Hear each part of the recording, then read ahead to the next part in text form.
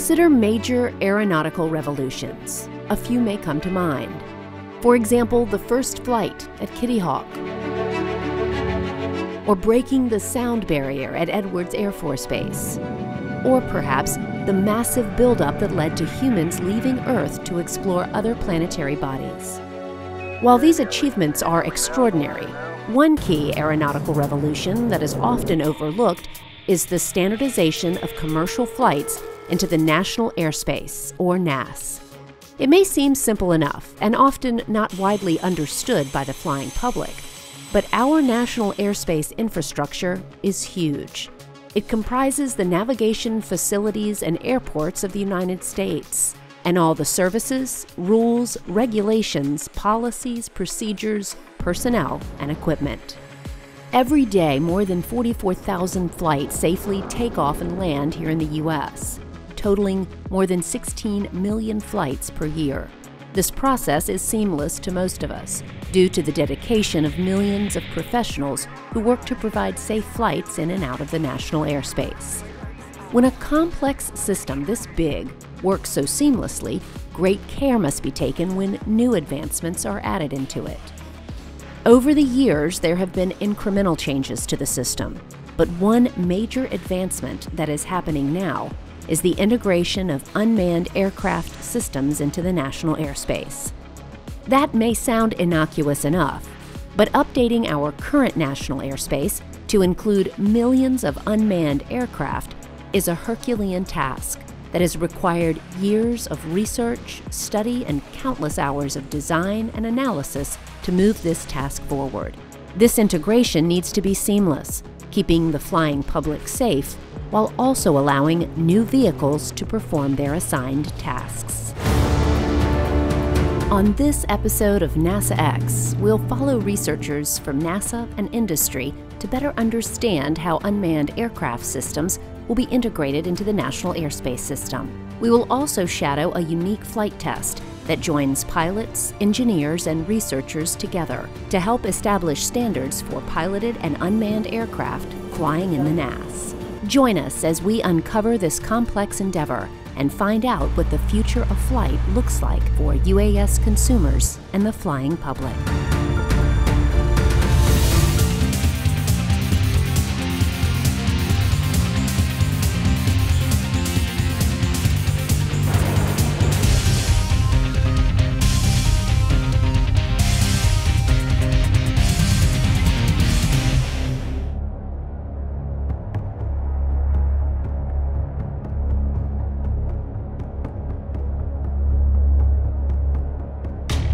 On this cold morning in California's high desert, a group of researchers from NASA and from industry are preparing for another fact-finding flight using the Navmar Applied Sciences Tiger Shark XP. NASA Armstrong, located at Edwards Air Force Base, has seen many important test flights over the years. But this flight, and the others performed by this group, are being used as building blocks for research that is enabling a paradigm shift in flight as we know it. This round of testing, known as Flight Test Series 6, or FT6, is assisting the Federal Aviation Administration as they develop regulations to allow the integration of unmanned aircraft systems into the National Airspace System. The work that we're doing will contribute for others to come after us and know how to safely integrate this type of airplane into the national airspace. So a lot has gone on to integrate manned airplane into different parts of the airspace. So the same level of effort, or perhaps more, needs to go into integrating unmanned airplanes. There's different options on how you do that. There could be a pilot on the ground, which is what we're doing right now, or the airplane could be doing things on its own. Before you let the airplane go do things on its own, we would need to be able to anticipate all the sorts of things it can see and know how it would safely respond to those things. So the work that we're doing will eventually help get us there, whether we have a pilot on the ground either monitoring or actively controlling the unmanned airplane, or if the unmanned airplane can do something on its own that whatever it does will be safe to the traffic around it and to the people under it.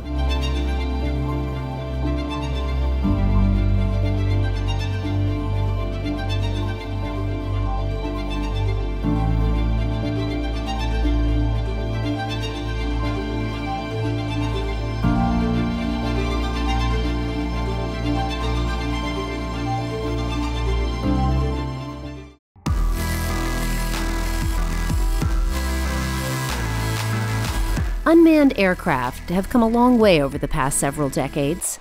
Once, they were relegated to toy status and for military use. But now, there are many different applications for UAS use being studied, like package delivery, helping with crop production, disaster relief, and even transporting people. With this increase in UAS numbers, the FAA realized that integrating these remote-controlled and autonomous aircraft needs to be prioritized. Well, NASA has a dual purpose in this. One is to do the basic research that is required to understand what is needed to integrate the UAS into the NAS and to help us do the early research to determine what other regulations are needed, the policies, the guidelines, those types of things, and what's the information we need in order to issue waivers and certifications and those things. At the same time, they also have a responsibility or a goal to assist industry in letting them know what's necessary for them to produce and operate UASs in the national airspace. So with the help of NASA and the aviation industry, new, small, lightweight, and low-powered sensors to help conventional aircraft and UAVs detect and avoid one another are being evaluated. The FAA has a mandate, obviously, to make sure that we have airspace that's safe, but also that they enable the utilization of aircraft and technologies that really benefit the American public. And it's clear there's a lot of industry pull for the FAA to come up with rulemaking and some standards that would enable some of these newer platforms, these newer use cases. And so if there turns out there's a use case for delivering a pizza, we want to make sure that the FAA has come up with a way to do that safely. If there's a use case to get your birthday present delivered to your front door by an unmanned vehicle, we want to make sure that the FAA has enough information to really be able to allow a company to do that safely. And so these demonstrations were really meant to look at those enabling technologies, figure out maybe what the pitfalls and what some of the limitations are, but ultimately to inform the FAA so that they can do the rulemaking that's needed that will really open up some of these markets. So detect and avoid, in particular, manned pilots have a responsibility to see and avoid other aircraft when they're flying in the airspace. And when you take the pilot and put them remotely in a ground control station, we still have that responsibility. And so pilots we need to use other sensors to detect other aircraft and then develop algorithms to help them determine how to avoid those other aircraft. As Jay mentioned, one of the primary safety concerns with integrating these new systems is the inability of remote operators to see and avoid other aircraft. On all flights with pilots on board, the FAA requires the crew to be aware of all other surrounding aircraft, either visually or using onboard instrumentation. In addition to instruments, the pilot physically looks out the window to help safely avoid other aircraft. Because unmanned aircraft literally don't have a pilot on board, NASA and its partners have been working on concepts and designs that will allow safe operation within the national airspace.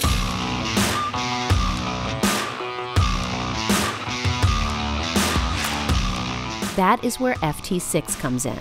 Since 2011, NASA has incrementally been evaluating how to help remote pilots safely detect and avoid other aircraft by systematically testing and developing new concepts and standards.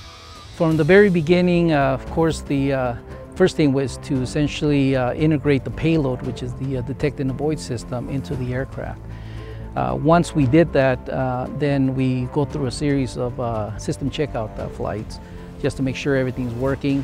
Whatever we learn from that in terms of from a safety standpoint and also from a functionality standpoint, then we make corrections and basically improve on that. Once we verify that the system is working, then the next step is to essentially introduce intruder aircraft to verify that the displays and the alert and guidance systems work and get feedback from the pilots as well. And those rehearsals basically are to set up for what we call the full mission, which where we are right now in that phase. In this final phase of FT6, NASA and its partners will be working to support development of Minimum Operational Performance Standards, or MOPS, for detect and avoid for medium-sized UASs utilizing small, lightweight, and low-power sensors. From our side, we're pushing the boundaries for this small aircraft. We're trying to fly a radar that's small, tiny, and trying to pick up aircraft, and they're trying to define what that is. Again, it's a brand new radar, state-of-the-art systems. They don't really exist out there. Low swap systems don't really exist for aircraft. When you're dealing with smaller aircraft, a lot of it's hobby grade type of systems, avionics.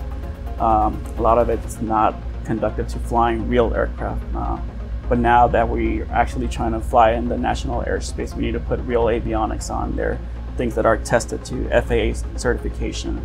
And that's pushing the boundary. I think that's what we're doing here with this low swap system. So how is the NASA team pushing the boundaries?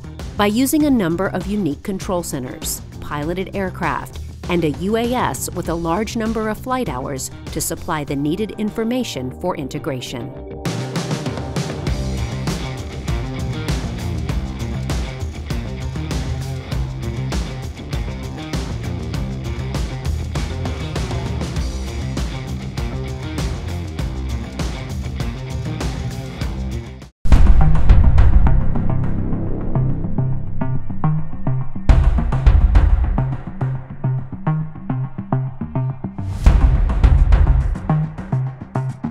FT6 is a multi-dimensional test with many different groups of researchers and pilots working together to make sure the test goes according to plan.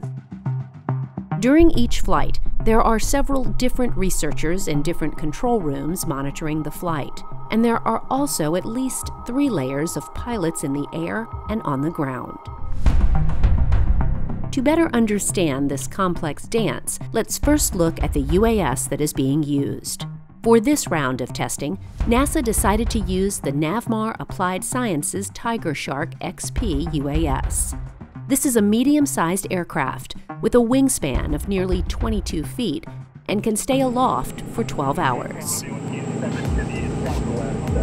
It's controlled remotely using a ground-based cockpit and has been equipped with a smoke-generating system to assist the intruder pilot with visibility and an early developmental low-swap nose-mounted radar built by Honeywell that will use a fixed-phase array to steer the radar beam electronically. The Tiger Shark is a Group 3 unmanned aerial vehicle, 500-pound weight class, and it has been used as basically an R&D platform to enable NASA and NASA's partners to test various pieces of software and hardware to help develop standard operating procedures for integrating UAS into the national airspace relative to detect and avoid technology component.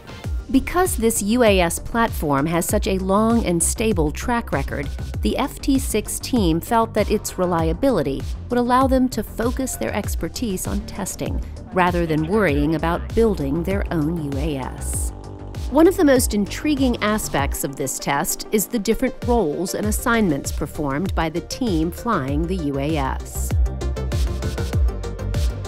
The Navmar team pilots the aircraft during the initial takeoff and landing phase, but after the craft is airborne, control of the UAS is handed off to NASA pilots. The subject pilots that take over the flight are not aware of when intrusions into the airspace would occur, making it realistic to what pilots in the NAS would experience. Open Center NASA 01, deviating for traffic 170. Open Center NASA 01, clear of conflict heading 030. They must be able to react quickly without anticipating a solution to a scenario before the encounter has even occurred. This is a subject pilot station, so what they're observing is the on-ship aircraft, and then they'll see intruder aircraft. The aircraft are generated by either virtually from AIMS, and that's just to add background traffic to kind of create a real airspace system. And then you have real traffic that's picked up by the aircraft systems, and that's injected through the payload and it comes into the system too. So they're getting a mix of both real traffic and virtual traffic. And all they're doing is essentially flying this mission. They'll get intruders coming in and causing traffic alerts. If it's a yellow alert, they'll either talk to ATC and move, or if it's a red alert, they'll move immediately, then talk to ATC and coordinate on their way back. This all done in Oakland airspace in a virtual environment from their side, even though they're flying the real aircraft with real intruders. We were actually able to gather a lot of the metrics that you would normally gather in a lab, but in this case, a real atmospheric flight. And that's what we call live, virtual, and constructive. We had the live component, which is the live UAS and the live intruder. The constructive, which were traffic, simulated aircraft that were moving in the airspace. And then virtual, which were actually people who were flying simulated aircraft and talking over the radio. And all those things combined to create a really immersive test environment. So this is the Mobile Operations Facility 5, MOP 5. So this is the NASA Ground Control Station. This is where we execute all the flight testing, all the missions conducted from this. So this system's interface to the Navmar ground station. It's interfaced to the LVC environment, and it's interfaced to the comm system here at Armstrong. So again, interfaces to all the systems and allows us to communicate with everything. So from here, once the aircraft's airborne, our pilots take control of the aircraft, move it into the airspace, and then after that, control is transferred to the subject pilot that's on this side of the station.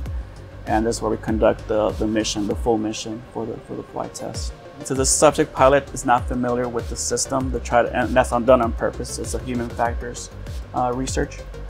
We need trained pilots to actually monitor the airspace and make sure that we're still flying in real airspace. And in an actual Edwards Air Force Base, there's actually other missions going on in the background. So we need our pilot test to manage that part of the test and call it off if they need to, or take control of the aircraft if there's an actual emergency up in the air, or if there's another mission that's intruding. These piloted aircraft are not only employed as chase planes, but are used to intrude in the airspace around the UAS to test the detect and avoid system. During these flights, intruder aircraft intentionally fly very close passing encounters to the UAS, which trigger the DAA alerting and guidance. These encounters test the detect and avoid procedures, helping researchers develop performance standards to address such scenarios.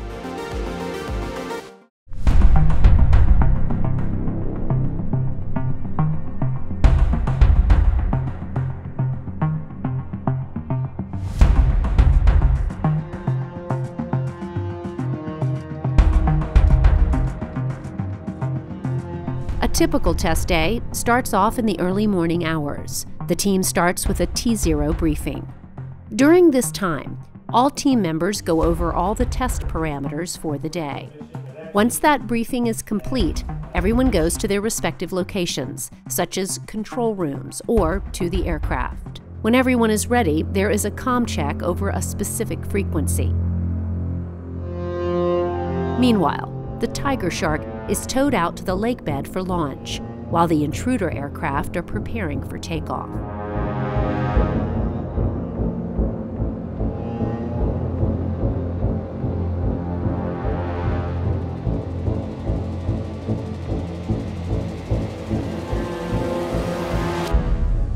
Once on the lake bed, a series of tests are performed on the aircraft to ensure it is safe and ready to fly. When all these tests are complete, the ready call is given, and the aircraft is set for takeoff.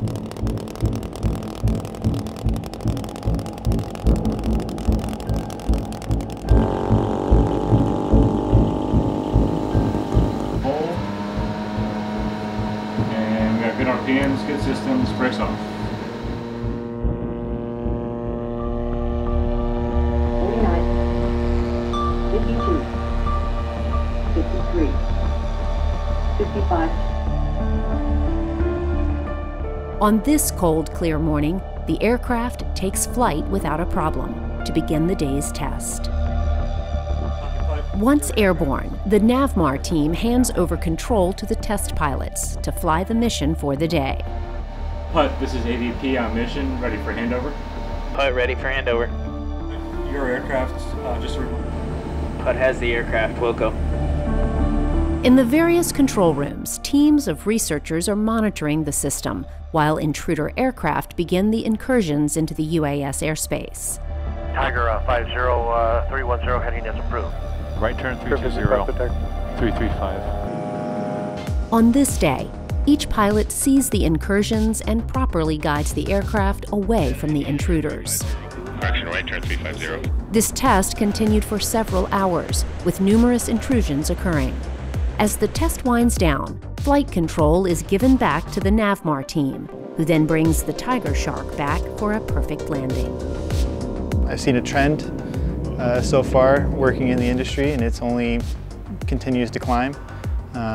When I first started, quadcopters or large UAS weren't really a thing, and now we've flown a large UAS in the National Airspace for the first time, and now we're working towards integrating a smaller class UAS into the National Airspace as well.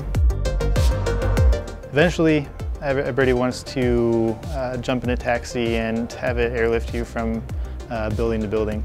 This technology, this detect and avoid technology, will really help that and conduct it safely. Over the course of this comprehensive testing, NASA and the FAA have amassed an enormous amount of data, allowing safe, efficient integration of these systems into the national airspace. This type of result is not unusual for NASA and its partners. Over the past 60 years, this organization has continued to push the boundaries in science, engineering, and technology. While the presence of drones and unmanned aircraft begins to populate the skies, NASA will continue to test, evaluate, and pursue a safe and efficient airspace that will coexist with commercial and private aircraft. What many thought was science fiction will soon become science fact as these aircraft become a part of our everyday lives.